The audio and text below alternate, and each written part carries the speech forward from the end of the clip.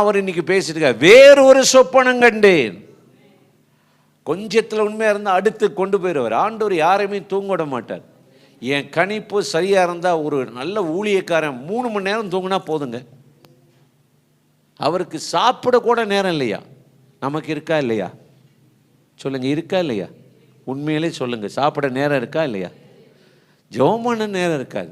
ஏன்னா நம்மக்கிட்ட அதாவது பாம்பை கையில் வச்சுருக்கோம். செல்ஃபோனை ஒரு 2 நாள் ஆஃப் பண்ணி போடுங்க, பாதி பிரச்சனை தீர்ந்து போயிடும். நிறைய ஆட்டுக்கள், அந்த காலத்தில் ஆட்டுக்கள் ஆட்டணும், நேரம் இருந்துச்சு. இப்போ மிஷின் தான் ஆட்டுது, அதுவே பாதி இட்லி சூடாக்கி விட்டுரும்.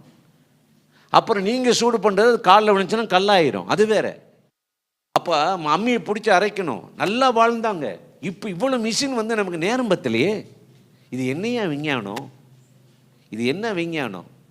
ஆண்டவர் பாருங்க, ராம் முழுவதும் ஜெபிக்கிறாரு, பகலெல்லாம்